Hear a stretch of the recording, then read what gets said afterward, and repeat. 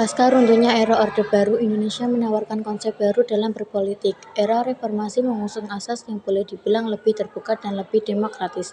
Hal ini tentunya tidak lepas dari menguatnya globalisasi yang menerpa seluruh dunia.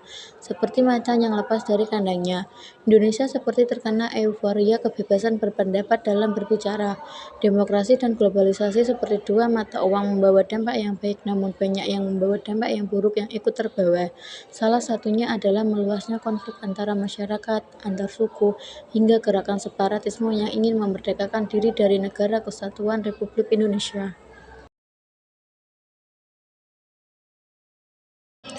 Apabila dilihat secara umum, persoalan perbedaan ras, suku, dan budaya menjadi akar permasalahan terjadinya konflik di beberapa daerah. Tragedi Sampit yang melibatkan pihak suku Dayak dan suku Madura, kemudian kerusuhan Poso, perang antar suku di Papua, hingga gerakan separatis dari Gerakan Aceh Merdeka, Republik Maluku Selatan, hingga organisasi Papua Merdeka. Hampir semua konflik yang terjadi disebabkan oleh perbedaan suku, agama, ras. Politik identitas cukup pentara digaungkan melalui berbagai media saat ini. Indonesia memiliki basis negara majemuk, mau tidak mau menjadi sasaran empuk penyebab politik identitas. Sehingga harus ada komunikasi antar budaya untuk menyelesaikan akar permasalahan konflik antar budaya yang terjadi. Indonesia adalah salah satu negara kepulauan terbesar di dunia yang memiliki berbagai macam pulau suku yang akhirnya melahirkan berbagai beraneka ragam kebudayaan.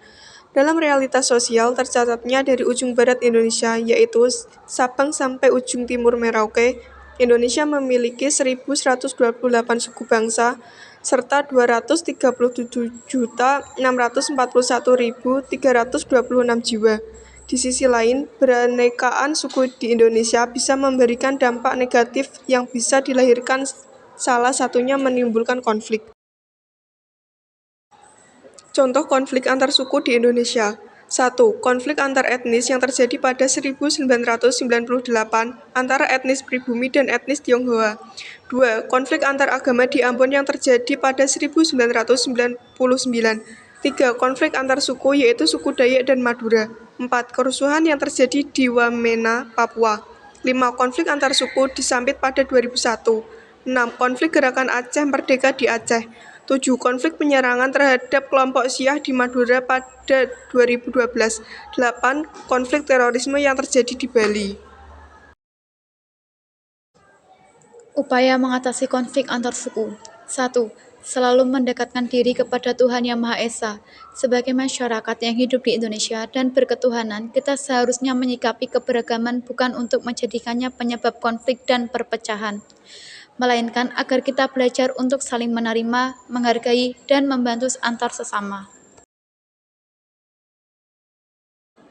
2. Memahami dan menghargai perlindungan hak asasi manusia sebagai negara hukum. Indonesia juga menjamin akan memberikan perlindungan pada semua hak yang dimiliki warga negara. Hal itu tercatat dalam Undang-Undang Dasar Negara tahun 1945, Pasal 28E. Kemudian Indonesia juga menjamin warga negaranya terbebas dari tindakan yang sifatnya diskriminatif dan berhak mendapat perlindungan. Hukum itu tercatat dalam Undang-Undang Dasar 1945 Pasal 28(1) Ayat 2. 3. Menghormati dan menghargai keberagaman suku. Berikut ini adalah contoh sikap saling menghargai dan menghormati warga negara. Menghormati dan menghargai orang yang memiliki suku, budaya, asal daerah, agama, atau golongan yang berbeda dari kita. Bergaul dengan siapa saja tanpa melihat latar belakang suku, budaya, agama, dan golongan. Mau mengenal dan mempelajari kebudayaan dan adat dari daerah lain. 4.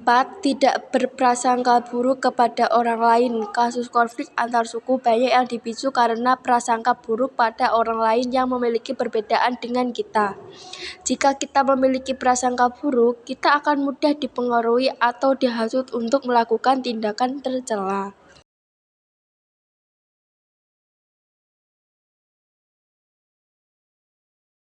Sekian dari